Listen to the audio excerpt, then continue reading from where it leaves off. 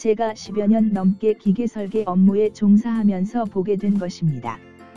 기계 계열 공대를 나온 분들이 경력을 쌓고 나중에 다른 분야로 이직을 시도하려고 할 때 경험하게 되는 문제들을 보아왔고 저도 경험을 해왔습니다.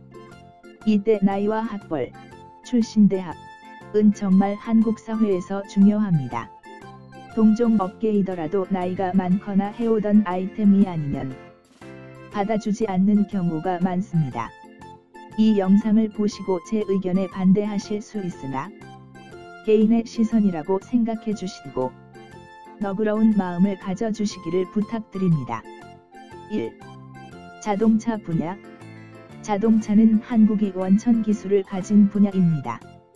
대부분의 부품을 독자 생산이 가능합니다. 자동차 경력이라면 어떤 분야로든지 갈 수가 있는 것 같습니다. 이유는 타 분야에서 자동차 분야의 경험을 높게 평가하기 때문입니다.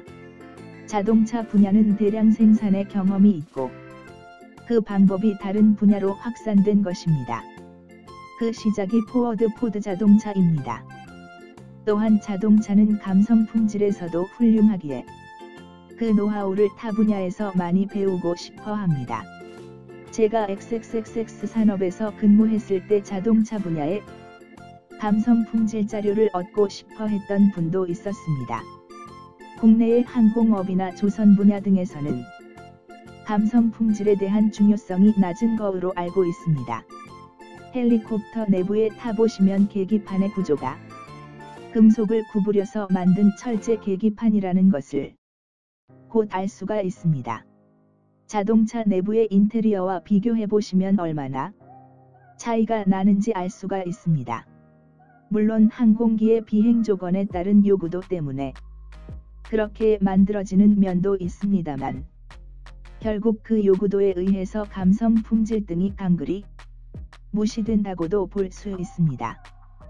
또한 비행기의 군용 시트는 거의 편의성이 없는 방통 시트라는 것도 아실 수가 있을 것입니다. 해외의 고급 기종에는 훌륭한 인테리어를 가진 기종이 있으나 워낙 부자들을 위한 고급 기종이기에 많이 팔리지 않고 우리가 타볼 수 있는 일도 거의 없습니다. 자동차의 피저빌리티, 피빌러티라는 게 있습니다. 현업에서는 피지라고 줄여서 부릅니다. 여기에는 성형성과 자동차법규 및 인간공학 분석이 포함됩니다. 또한 감성 측면에서도 계속 평가를 합니다. 이걸 다른 분야에서 배우고 싶어 합니다. 또한 자동차는 10년을 근무한다면 프로젝트를 5개를 할 수도 있습니다. 항공은 프로젝트 2개 정도 할 시간입니다. 프로젝트 경험에서 자동차가 압도적입니다. 2. 조선 분야.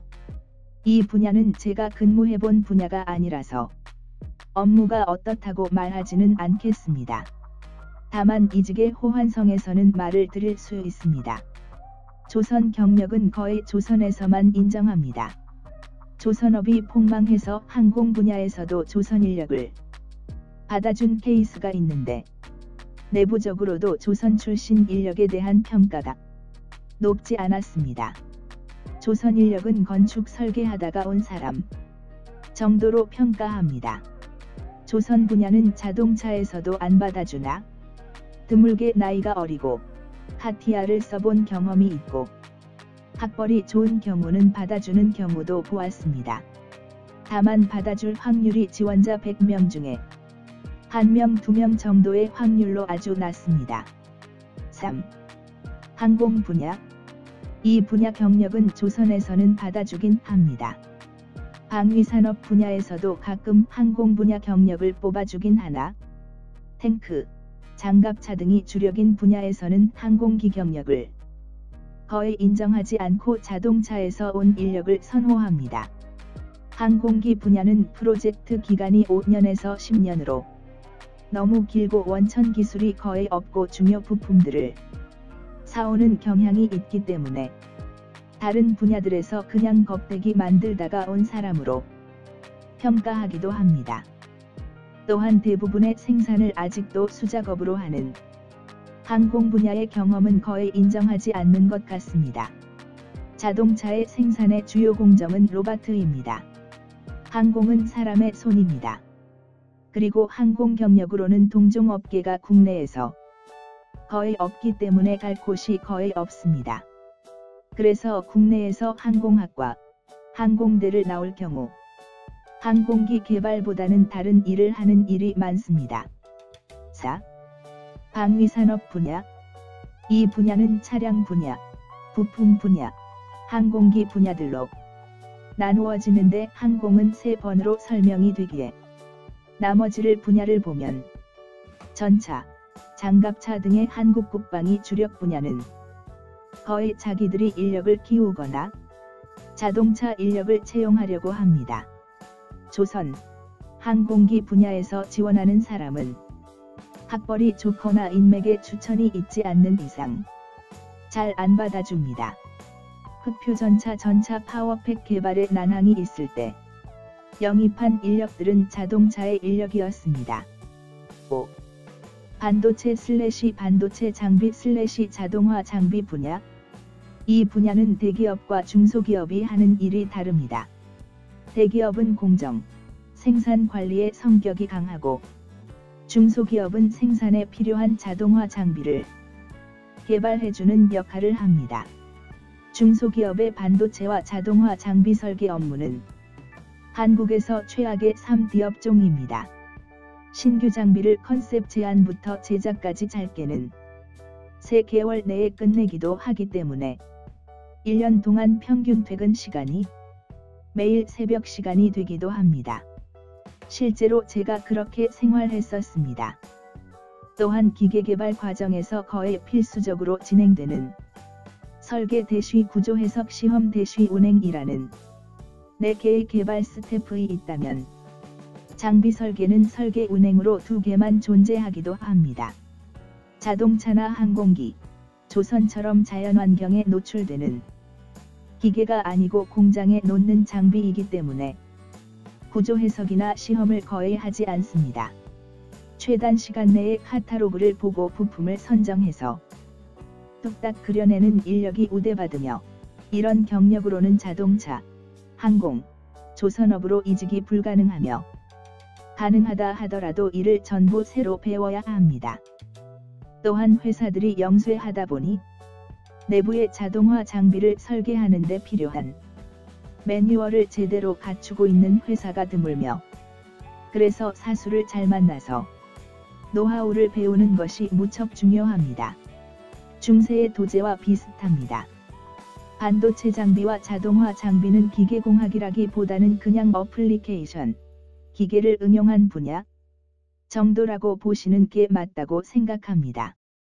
그래도 사람의 노동력을 덜어주는 반도체 장비, 자동화 장비 분야이기에 이 분야 종사자들의 아이디어와 이를 빨리 해내는 능력은 지구상에서 원탑이라고 인정하고 싶습니다.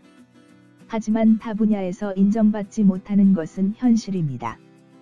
또한 대기업 밑에서 하청의 최하단에 위치한 업체들이 대다수이기 때문에 임금도 저임금이며 노동 강도도 최악입니다. 제가 이 분야에 종사했을 당시에 출근 아침 8시, 퇴근은 1년 평균 새벽 1시 물결표 쌓인 3시 정도였습니다.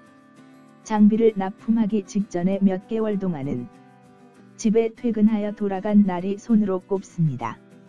잠도 회사에서 자야만 했었습니다. 장비를 납품하는 날에도 철야 작업하며 갑이 공장에서 설치 작업을 한 후에 회사 임원의 회사복 뒤지시로 수면을 취하지 못하고 고속도로 운전을 하여 돌아간 날도 많았습니다. 앞으로 주 52시간 근무가 정착하게 되면 이 분야는 어떻게 버틸지 모르겠습니다. 6. 가전 분야. 이 분야는 제가 근무했던 경험이 없습니다. 하지만 자동차로 이직해온 가전 분야 출신 동료를 2명을 보긴 했었습니다. 주로 금형으로 사출되는 가전제품의 외형을 설계했었다고 합니다. 가전 분야를 타 분야에서 인정해주는 것인지는 제가 잘 모르겠습니다.